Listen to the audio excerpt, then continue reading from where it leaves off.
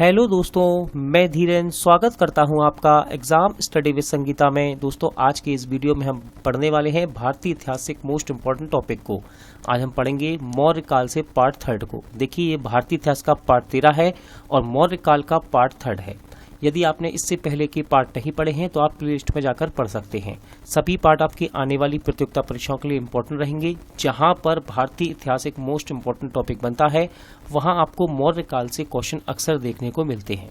ये वीडियो यदि आपको अच्छा लगे, हेल्पफुल लगे, तो प्लीज़ वीडियो को लाइक और शेयर जरूर कीजिएगा। और यदि अब तक आपने हमारे चैनल को सब्सक्राइब नहीं किया है तो प्लीज़ चैनल को सब्सक्राइब जरूर कीजिएगा, जिससे कि आपको मेरे आने वाले नए वीडियो का नोटिफिकेशन टाइम पर मिलता रहे। तो चलिए हम अपनी क्लास शुरू करते हैं। किसने पाटलिपुत्र को पोलीब्रोथा कहा है?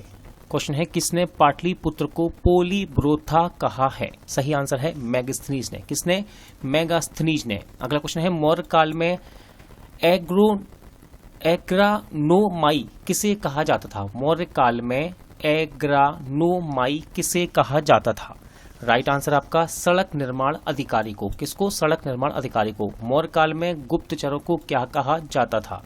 इंपॉर्टेंट क्वेश्चन है दोस्तों, ध्यान रखिएगा। मौर्य काल में गुप्तचरों को क्या कहा जाता था? राइट आंसर है गूढ़ पुरुष।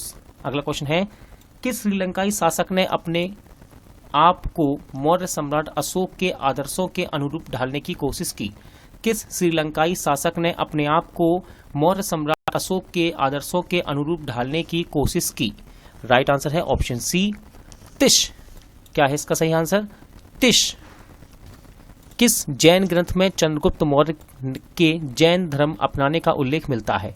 किस जैन ग्रंथ में चंद्रगुप्त मौर्य के जैन धर्म अपनाने का उल्लेख मिलता है?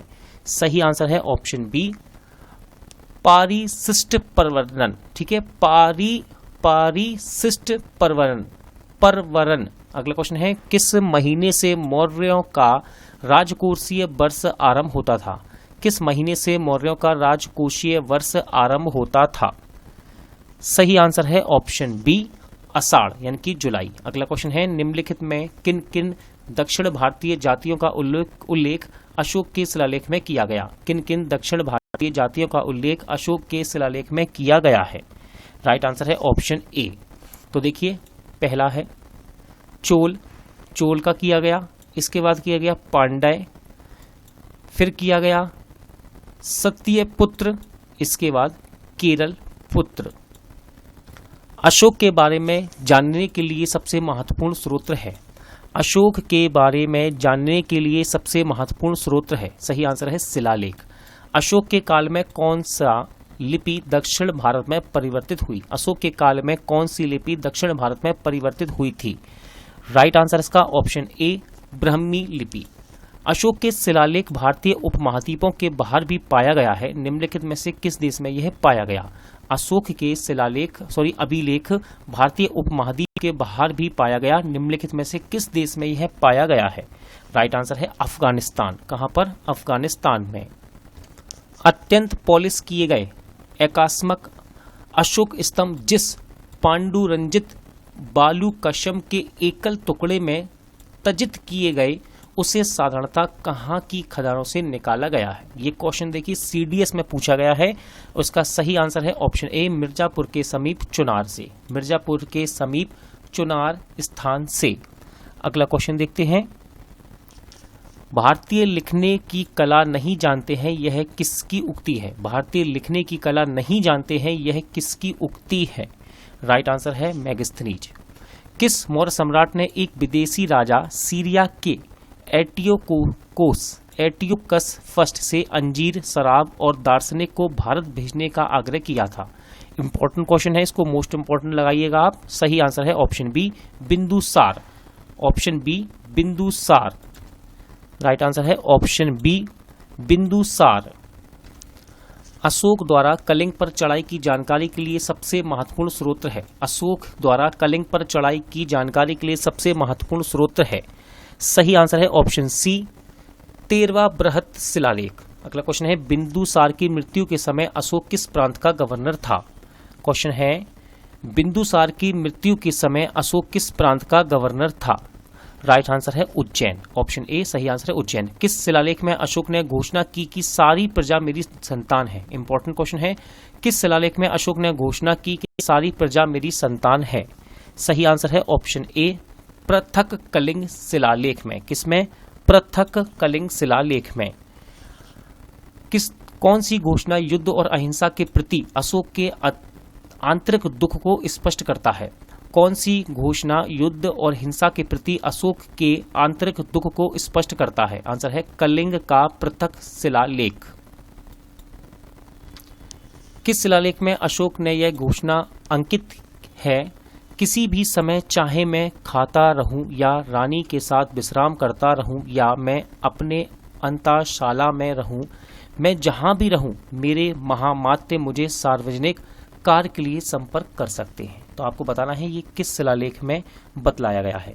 राइट आंसर है ऑप्शन डी छठवें शिलालेख में। किसमें? छठवें शिलालेख में। अगला क्वेश्चन है, निम्नलिखित में कौन अवरोही क्रम में मौर्य प्रशासन के अधिकारियों का नाम बताता है? इंपॉर्टेंट क्वेश्चन है, कौन अवरोही क्रम में मौर्य प्रशासन के अधिकारियों का नाम बताता है?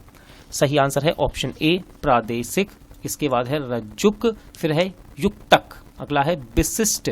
विशिष्ट है, क्वेश्चन है विशिष्ट है।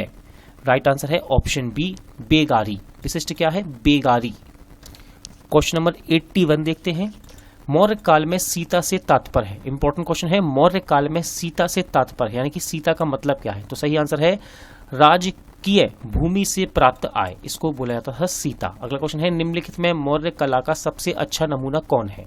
निम्नलिखित में मौर्य कला का सबसे अच्छा नमूना कौन है? राइट आंसर ऑप्शन ए स्तंभ। ऑप्शन ए स्तंभ। कहां से प्राप्त अभिलेखों से मौर्य काल में अकाल सूखा जैसे देवी प्रकोप के समय राज्य द्वारा राहत कार्य किए जाने का विवरण मिलता है? क्वेश्चन है, कहां से प्राप्त अभिलेखों से मौर्य काल में अकाल सूखा जैसे देवी प्रकोप के समय राज्य द्वारा राहत कार्य किए जाने का विवरण मिलता है? सही आंसर है इसका ऑप्शन ए महास्थान, और दूसरा है सोहगौरा। अगला क्वेश्चन है, अशोक ने श्रीलंका में बौद्ध धर्म का प्रचार हेतु किसे भेजा? अशोक ने श्रीलंका में बौद्ध धर्म के प्रचार हेतु किसको भेजा था? राइट आंसर है ऑप्शन सी, यानी कि इसका सही आंसर है महेंद्र और संघमित्रा। अगला क्वेश्चन है, अशोक के मनसेहरा जो कि पाकिस्तान में है, अगला है शाहबाजगढ़ी जो भी ये भी पाकिस्तान में है, से प्राप्त बृहत शिलालेखों में किस लिपि का प्रयोग किया गया है? क्वेश्चन एग्जाम में पूछा गया है। राइट आंसर है ऑप्शन ए खरोष्टी। खरोष्टी लिपि में है ये मनसेहरा शिलालेख और शाहबाजगढ़ी शिलालेख। कहां से अशोक के द्विभाषीय ग्रीक और अरमाइक अभिलेख प्राप्त हुए हैं? कहां से अशोक के द्विभाषीय अभिलेख प्राप्त हुए हैं? राइट आंसर है ऑप्शन ए सार ए कूना अथवा कंधार से। अगला क्वेश्चन है, कौटिल्य द्वारा रचित अर्थशास्त्र कितने अधिकरणों में विभाजित है? कौटिल्य द्वारा रचित अर्थशास्त्र कितने अधिकरणों में विभाजित है? राइट आंसर है ऑप्शन डी 15। अर्थशास्त्र में उल्लेखित सप्तांग में शामिल थे। अर्थशास्त्र में उल्लेखित सप्तांग में शामिल थे। इंपॉर्टेंट क्वेश्चन है, एग्जाम में पूछा गया है, एनडीए के एग्जाम में। राइट आंसर है ऑप्शन ए राजा, क्षेत्र, प्रशासन एवं कोश।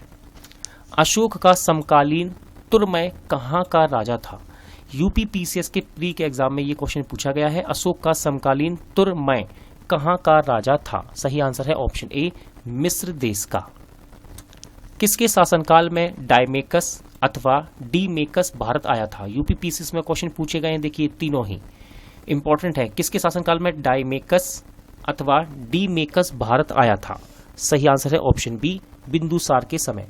निम्नलिखित अभिलेखों में से किसमें अशोक का नामोल्लेख हुआ है? निम्नलिखित अभिलेखों में किसमें अशोक का नामोल्लेख हुआ है? राइट आंसर है ऑप्शन ए गुर्जरा अभिलेख में। अगला क्वेश्चन है, किस बौद्ध मूल ग्रंथ में मौर्य सम्राट अशोक का विवरण शामिल है? किस बौद्ध मूल ग्रंथ में मौर्य सम्राट अशोक का विवरण शामिल है? राइट आंसर है option D Mahavamsa.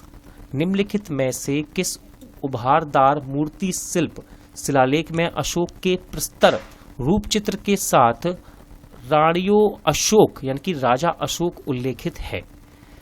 Right answer है दोस्तों इसका ऑप्शन ए कंगनहल्ली। ठीक है, कंगनहल्ली में ये उल्लेखित है राजा अशोक।